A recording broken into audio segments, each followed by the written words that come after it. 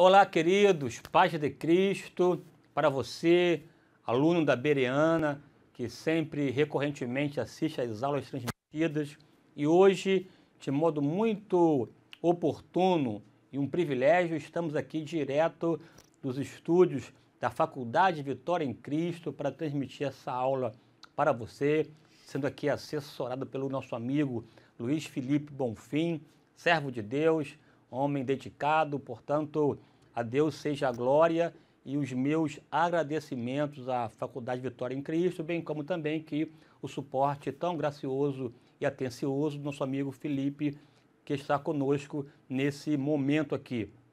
Também quero aproveitar o ensejo para solicitar a você a seguir a página do Crente Docente, que é responsável pelo CDcast, aulas ministradas da lição da Escola Bíblica Dominical, de sorte que aqui é um pacote de pessoas boas, servindo a Deus com alegria, para facultar ao povo de Deus um bom conhecimento da Palavra de Deus e, por conta disso, poder servir a Deus com alegria na beleza da sua santidade. E nesta ocasião, estamos estudando a lição de número 8, dentro da proposta dessa análise da Epístola de Paulo aos Romanos. Já estamos caminhando para o término do trimestre e hoje lição de número 8, que tem por título a obediência e desobediência. Entender a importância da obediência e, é claro, também as consequências destrutivas da desobediência, com base no capítulo 10 da carta de Paulo aos Romanos. O texto bíblico básico da revista, da lição de hoje, de fato é Romanos 10, capítulo 10, versículo 1 ao 12, e o texto de ouro, o texto áureo da lição, Romanos 10, 13, que diz assim: porque todo aquele que invocar o nome do Senhor será salvo. Porque todo aquele que invocar o nome do Senhor será salvo. Uma resposta direta à compreensão equivocada do povo de Israel no que diz respeito à salvação, eles pensando que a alcançaria pelas obras da lei, e Paulo afirma categoricamente que pela fé alcança-se a graça e, portanto, porque todo aquele que invocar o nome do Senhor será salvo. Os objetivos básicos da lição de hoje são tríplices, né? São três. Primeiro, entender a importância da justiça de Deus pela fé em Cristo. Segundo, compreender que a desobediência a Deus sempre traz resultados indesejáveis e também trágicos. E, por fim, aprender a expressar-se corretamente a respeito das características da justiça de Deus. Antes de avançar, é fundamental, nessa altura já do campeonato, do trimestre, fazermos uma rápida revisão do que foi posto até agora, para então mergulharmos no capítulo 10 da Epístola de Paulo aos Romanos e nesse mergulho analisar a importância da obediência, bem como também da desobediência. Você sabe que a estrutura da Carta aos Romanos tem três principais blocos, ou três seções principais. A primeira seção é do capítulo 1 ao capítulo 8. Nesses capítulos, ou nesta seção, Paulo desenvolveu a sua teologia aos Romanos com base clara na salvação pela graça, mediante a fé, e não com base no cumprimento, na realização das obras da lei. E Paulo, inclusive, afirma categoricamente que a salvação não está baseada no que fizemos, mas sim no que Deus fez. Tamanha foi essa ação graciosa de Deus. Ele, inclusive, afirmou um texto muito clássico na sua carta, capítulo 1, 16 e 17, que diz assim: porque não me envergonho do Evangelho de Cristo, que é poder de Deus para a salvação de todo aquele que nele crê, primeiro dos judeus e também dos gregos, porque nele, no Evangelho, se manifesta a justiça de Deus de fé em fé, como está escrito, mas o justo viverá pela fé. Dito isto, Paulo então começa a esboçar toda uma constatação argumentativa de que tanto os gentios que tiveram contato com a revelação de Deus, porque Deus se manifestou a eles, bem como também os judeus que receberam toda a dinâmica da tradição mosaica, esses oráculos divinos dirigidos, dados, concedidos, revelados ao povo de Israel, mas bem como os gentios que não atentaram para a revelação, pelo contrário, decidiram aprofundar no pecado, e também os judeus que tiveram uma postura um tanto quanto farisaica, né, ou hipócrita, de querer cobrar aos outros aquilo que eles não fizeram, de sorte que Paulo conclui no capítulo 3, porque todos pecaram e destituídos estão da glória de Deus. Paulo então afirma que o pecado destituiu o homem da presença de Deus. É importante que você tenha em mente que, ao ser criado, o homem foi instituído na presença de Deus. Ao pecar, ele foi destituído da presença, mas ao aceitar a Jesus mediante a graça, ele é restituído à presença. Foi criado, instituído. Pecou, destituído, mas a graça restitui o homem à presença. E por conta dessa restituição, com base exclusivamente no que Deus fez em Cristo, ao ocupar o nosso lugar na cruz, nós passamos então a ter acesso na presença ou à presença de Deus e, portanto, desfrutar de paz perfeita com Deus, de ser livre da condenação. E Paulo afirma nessa primeira seção da carta que essa salvação nunca esteve baseada, com base fundamentada, seja na lei de Moisés, seja nessa herança consanguínea judaica, ou seja, mediante a força do braço. Ele usa enquanto elemento ilustrativo e interpretativo a própria figura do patriarca Abraão. A Bíblia diz que Deus o chamou, lhe fez promessas antes da lei, portanto, não tem nada a ver com a lei. Deus lhe fez promessas antes da circuncisão, portanto, não tem a ver com a consanguinidade judaica. E também Deus cumpriu a promessa na vida de Abraão quando ele estava com a sua carne amortecida. E, portanto, não tem a ver com a força do braço, mas sim com o que Deus fez e com o que Deus faz, manifesto, revelado na pessoa bendita e maravilhosa do Senhor Jesus. Dito isto, então suscitaram algumas perguntas. Bem, se a salvação está baseada no que Deus fez e não no que nós fazemos, então eu posso pecar livremente, eu posso, conforme se diz no modo mais corriqueiro, né? Posso pisar na jaca, meter o pé na jaca, né, e fazer o que quer. Paulo, negativo, porque quem está em Cristo é nova criatura. Aqueles que foram batizados em Cristo, ou seja, receberam a doutrina, a experiência e foram mergulhados na pessoa de Jesus, não tem nada a ver mais com o pecado. Os que foram batizados em Cristo, os que morreram em Cristo, os que foram sepultados em Cristo, sobre estes o pecado não pode reinar. Não reine sobre vós o pecado. Pelo contrário, agora é importante que vocês entreguem ou apresentem ou ofereçam as suas vidas em sacrifício vivo, santo e agradável a Deus. Portanto, o que serve a Deus, o salvo pela graça, não tem associação com o pecado, porque a sua natureza agora é divina e deve viver em novidade de vida.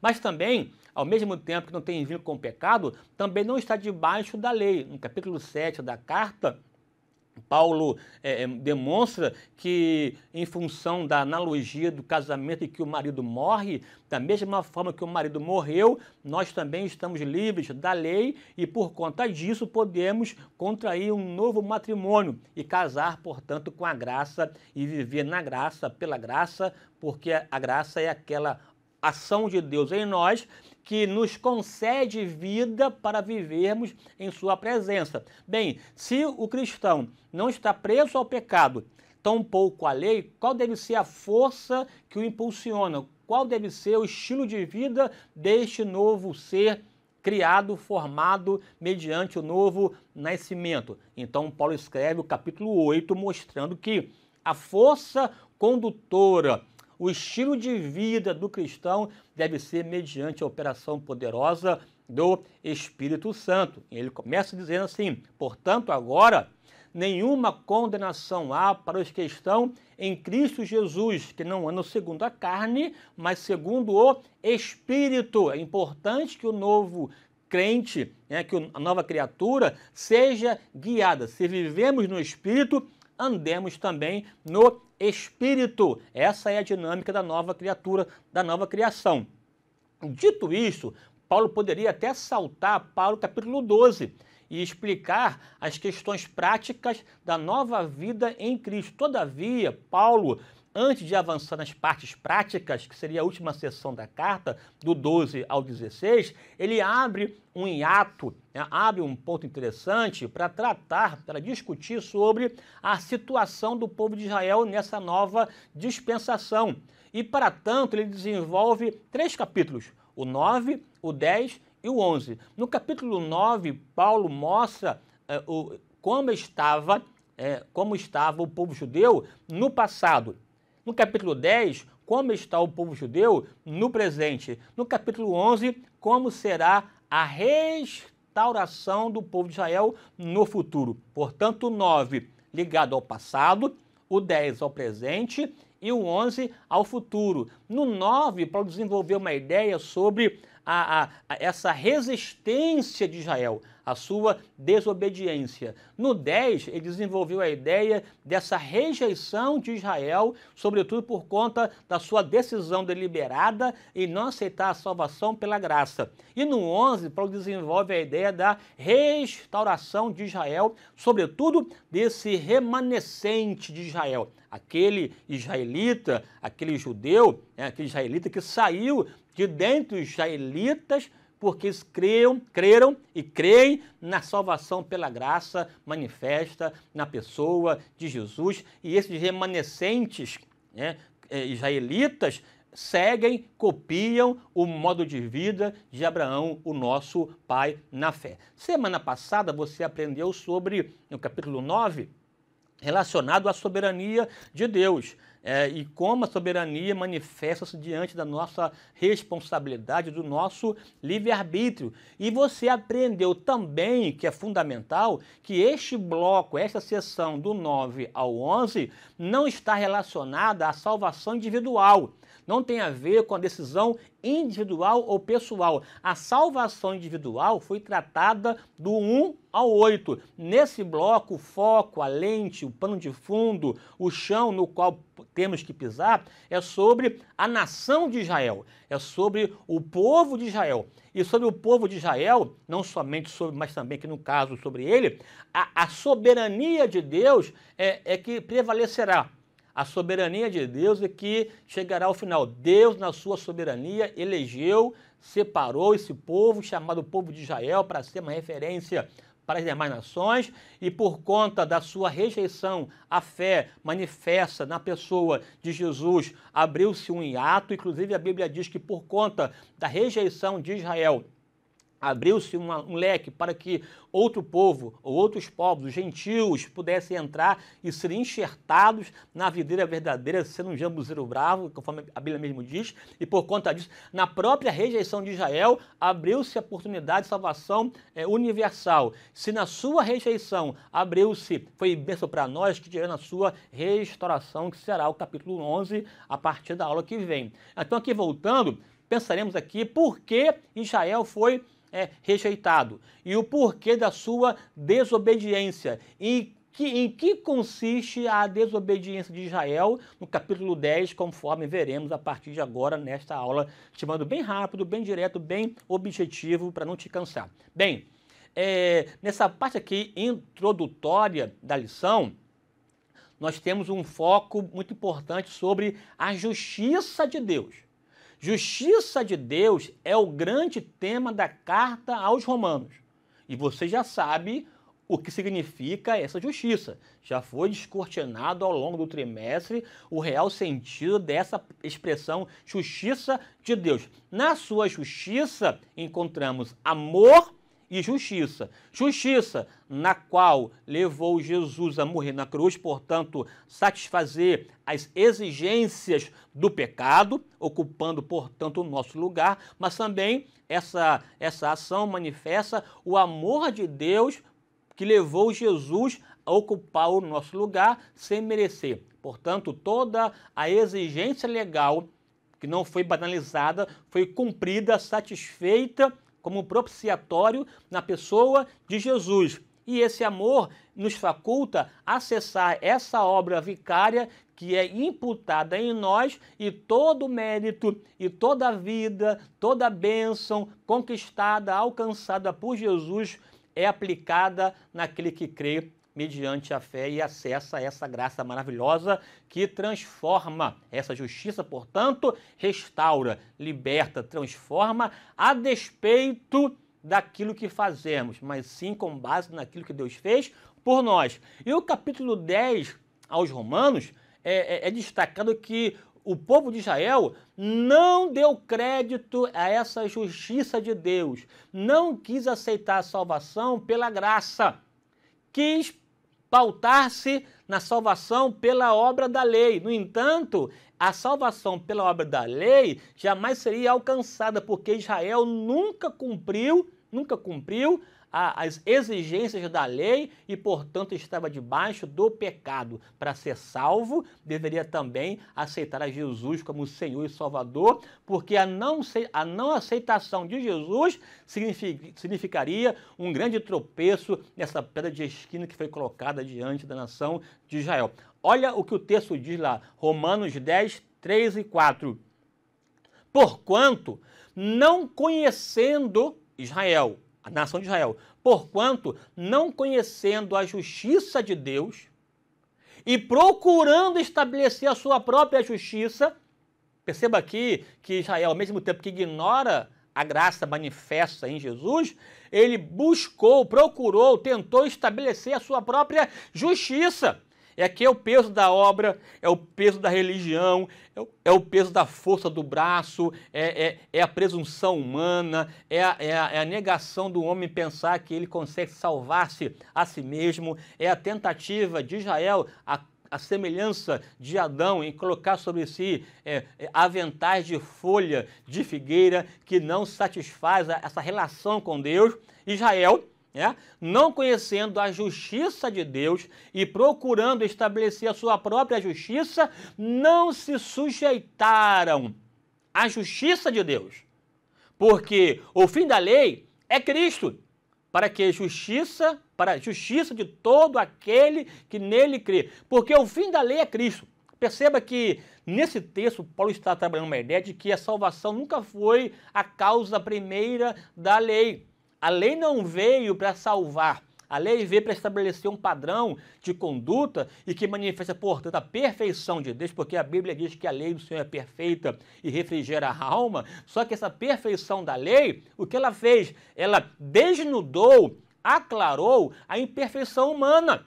O homem imperfeito diante de uma lei perfeita. Não é à toa que a Bíblia diz que o povo de Israel, por conta dos seus recorrentes pecados, eles blasfemaram o nome do Senhor dentre os gentios, porque mandavam não furtar e furtavam, mandavam não adulterar e adulteravam, ou seja, uma ação que não refletia a própria realidade, mas mesmo assim, de modo contumaz, de modo obstinado, de dura serviço e, portanto, desobedecendo, Israel rejeitou aquele que veio morrer e nos salvar dos nossos pecados. Aqui avançando, antes de avançar, você precisa saber o significado da palavra obediência. Obediência. E aplicar essa compreensão à vida, à história, o comportamento da nação de Israel. A palavra obediência vem do latim, que significa basicamente isso aqui, dar ouvidos. Escutar com atenção. Perceba que a palavra obediência, dar ouvidos, ou escutar com atenção, é aquela decisão do indivíduo em que ele ouve uma voz de autoridade e, ao ouvi-la, se inclina para dar atenção e para obedecer. Obediência, portanto, parte de uma compreensão mais ampla de autoridade, de princípio de autoridade. É aquela velha máxima que você conhece. Manda quem pode, obedece quem tem juízo. manda quem fala e obedece quem ouve. Essa que é a ideia aqui da palavra. A pessoa tem a disposição de se inclinar diante de uma voz de autoridade. E você sabe que a voz do nosso Deus é uma voz que emana autoridade. Ele é o Criador, Ele é soberano, Ele é onipotente. Portanto, a mim e a você cabe somente uma decisão: se prostrar e adorá-lo, e servi-lo e obedecê-lo. Obediência, lembre-se, obediência, que é esse procedimento no qual uma pessoa aceita uma ordem dada, obediência não está necessariamente ligada à concordância.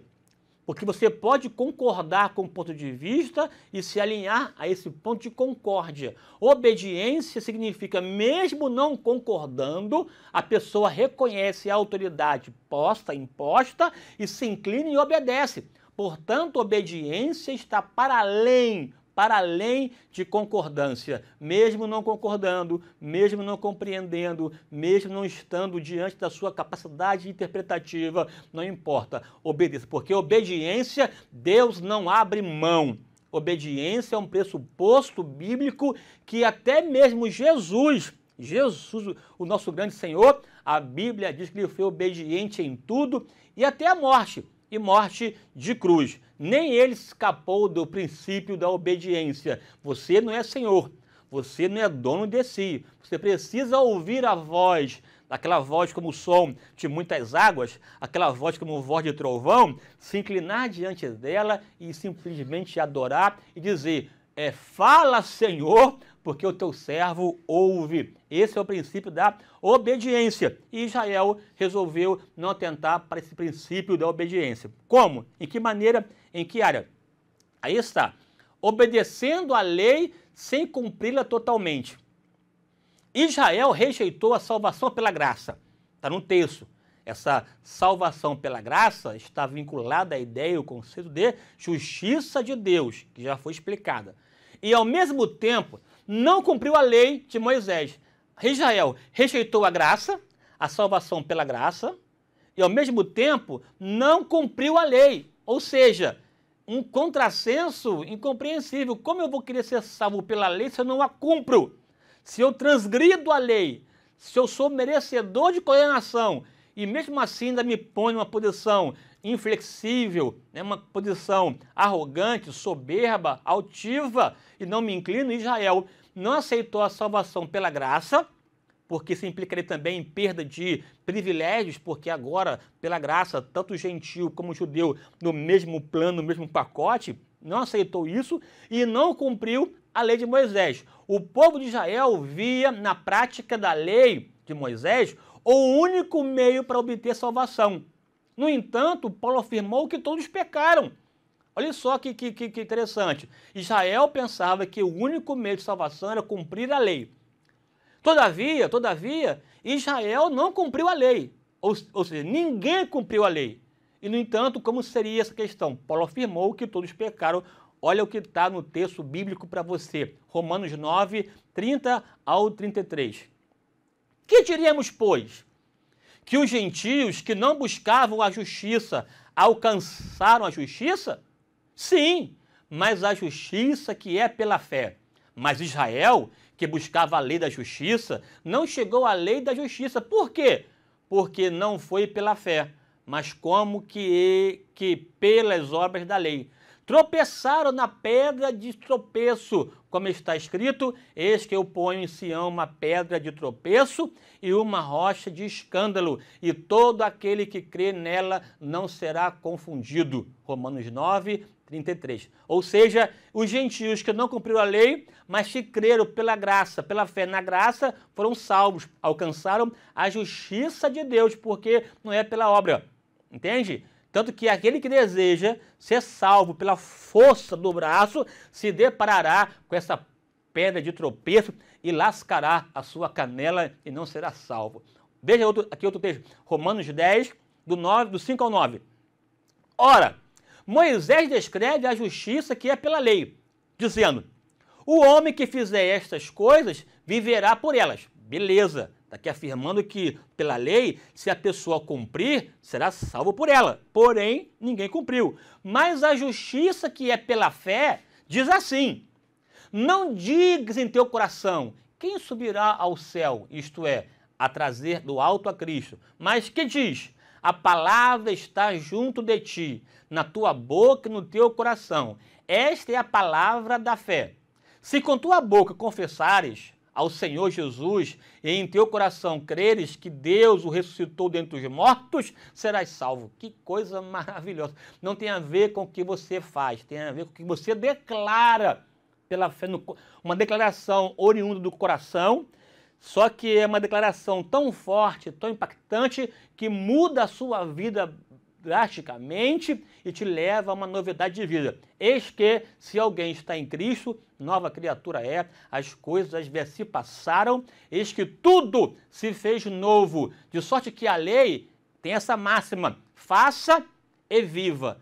Na graça é outra máxima: viva e faça. Ou seja, Deus te dá pela graça condições de que você cumpra a lei sem ser, portanto, merecedor ou se sentir capaz de, porque se você cumpre a lei, é porque a graça te salvou e te capacita a cumprir a lei para que o nome do Senhor seja glorificado.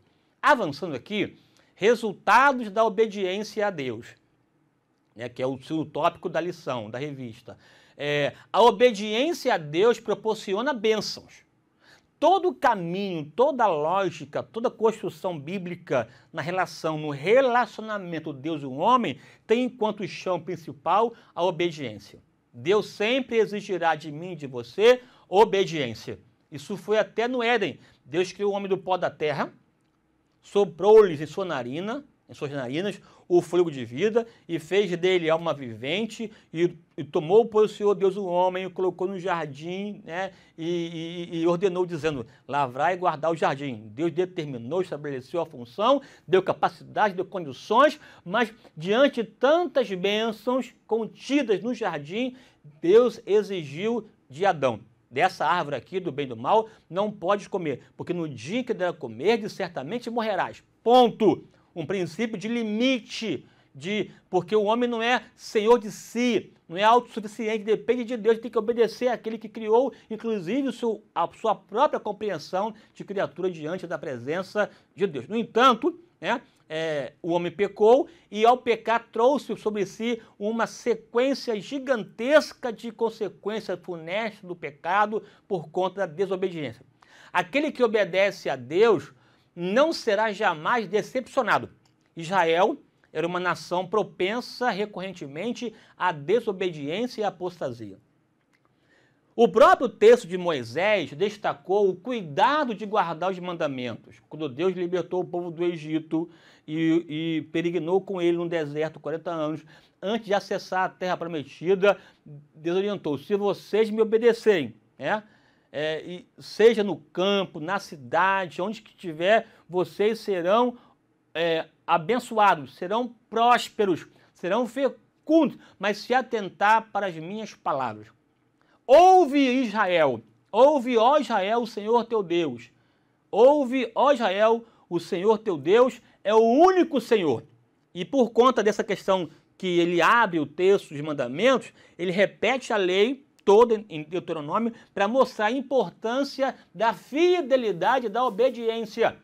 Abraão, nosso pai na fé, ele aprendeu o valor da obediência. A Bíblia diz que ele foi obediente em tudo. Deus se revelou a Abraão em um dos caldeus, lhe chamou e disse-lhe que faria dele uma grande nação e que era para ele deixar a sua terra, a sua parentela e ir para uma terra que Deus iria mostrar para ele. E a Bíblia diz que Abraão, pela fé, obedeceu e foi para uma terra que Deus iria lhe mostrar. A obediência a Deus fez com que Abraão demonstrasse isso na prática, no comportamento. Perceba aqui que a fé em Deus ela é traduzida pela obediência. A obediência revela a tua fé em Deus. A pessoa diz que tem fé em Deus, mas não obedece, não passa de um fariseu, de balela, porque a fé é demonstrada objetivamente mediante a obediência aos preceitos de Deus. O próprio Jesus, em tudo foi obediente até a morte e morte de cruz. Quem crê, obedece. Quem crê, obedece. A fé é manifesta na obediência. E uma pergunta que eu te faço nessa oportunidade, nesta hora. Como está a tua vida? Tu és aquele que obedece o que Deus determina ou você age conforme agia o próprio Saulo, que ele se opunha à vontade de Deus, porque Jesus mesmo disse para ele: duro és para ti recalcitrar contra os aguilhões. Que você seja uma pessoa que se inclina, porque Deus prefere obediência a sacrifícios. Deus ama a obediência. Tem pessoas que pensam que satisfarão o desejo de Deus mediante sacrifício, mas a Bíblia diz que Deus prefere obediência. Não seja uma pessoa teimosa, obstinada, se inclina diante da sua presença e desfrute da bênção da obediência. Da mesma forma que a desobediência, ela traz consequências destrutivas. Voltando aqui ao texto de Adão, que é o clássico em relação à consequência de pecados, você pode perceber no texto que Adão, ao pecar, a primeira coisa que Adão fez foi se esconder de Deus. Assim é a vida daquele que desobedece. Ele busca um lugar no qual não tenha ou não haja nenhuma referência à pessoa de Deus. Ele quer viver alienado, separado, alijado da pessoa de Deus, porque no pecado, a sua mente é acusada, a sua consciência é perturbada, vive em aflição. Pode ver, inclusive, o próprio texto do filho pródigo, em que ele, ao deixar a casa do pai, a Bíblia diz que ele buscou uma terra longínqua, ou seja, bem distante, que não houvesse referência. E na terra distante, a Bíblia diz que ele viveu prodigamente, ou seja, dissipou tudo, e viveu também dissolutamente, dissipou os seus bens numa vida libertina e de pecados. Assim é um homem que vive no pecado. Ele quer se afastar de Deus. Mas Deus, que amor é maravilhoso, sempre vem ao encontro desse homem. Deus, em relação a Adão, disse-lhe: Adão, onde estás? Mas perceba então que ele se esconde. A segunda questão decorrente do pecado de Adão foi essa crise existencial. A Bíblia diz que ele olhou para si e percebeu que estava nu. É aquele problema psicossomático, problema psicológico, né, de crises existenciais, em que ele não se percebe, não se aceita, vive em crise, aí complexo de culpa, de inferioridade, perturbação na alma, nos verdugos da alma atingido pelo pecado. A Bíblia diz que esse homem, Adão, que vivia em paz, agora percebeu que estava nu. E ao perceber que estava nu, tentou resolver o problema por conta própria, colocando sobre si a ideia do avental de figueira, mas ele não resolveu. Portanto, houve uma desarmonia com Deus, se escondeu de Deus, uma desarmonia consigo, percebeu que estava nu, mas também desarmonia com o próximo. A Bíblia diz que Deus, ao procurá-lo, Adão lhe respondeu: foi a mulher que tu me deste. Culpou a mulher, portanto, um problema relacional. E também, por fim, problema com a própria natureza. A Bíblia diz que a terra passou a brotar espinhos e cardos, efeitos do pecado. Em Adão, inclusive, pela desobediência, toda a humanidade, toda a raça humana ficou debaixo dessa consequência condenatória decorrente da transgressão do pecado. Da mesma forma que a ofensa de Adão trouxe mazelas e morte para o mundo, o poder da obediência, o poder da retidão, o poder de uma vida perfeita de Jesus, se a ofensa trouxe condenação, a obediência de Jesus trouxe vida e vida abundante. Somente a obediência foi capaz de resolver o problema da ofensa cometida por Adão a Deus em função do seu pecado, da sua transgressão, ou seja, a desobediência mata. Israel, o povo de Israel, desobedeceu. E a desobediência de Israel foi exatamente por conta da rejeição a Deus, da rejeição à salvação pela graça e do comportamento inflexível de pensar que poderia se salvar por conta da própria força, ignorando o nome do Senhor e também ignorando os seus próprios pecados, porque a Bíblia diz assim: o nome do Senhor é blasfemado entre os gentios por conta de vós.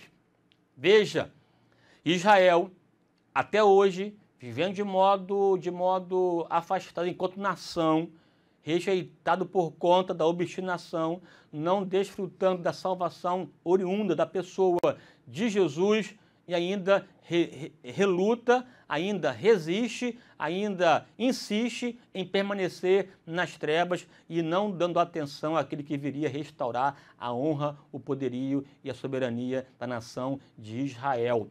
Haverá um tempo, um momento em que a nação de Israel será restaurada, mas por enquanto, para Deus não tem gentil ou israelita, para Deus tem a igreja, e essa igreja é formada seja por israelitas ou por gentios, ou por aqueles que confessam a Jesus como Senhor e Salvador. A maior desobediência que eu e você podemos praticar é negar a vida e obra e salvação do Senhor Jesus. Portanto, não desobedeça, se incline, se com a tua boca confessares e que de coração que Jesus é o Senhor, será salvo. Que a salvação de Deus, que feita por Jesus, atinja a tua casa, a tua vida, a tua família e que o nome do Senhor seja glorificado em nome de Jesus. Filhinhos, não pequeis. Deus nos salvou para vivermos em novidade de vida. Amém. Deus te abençoe. Até a próxima. Fique com Deus.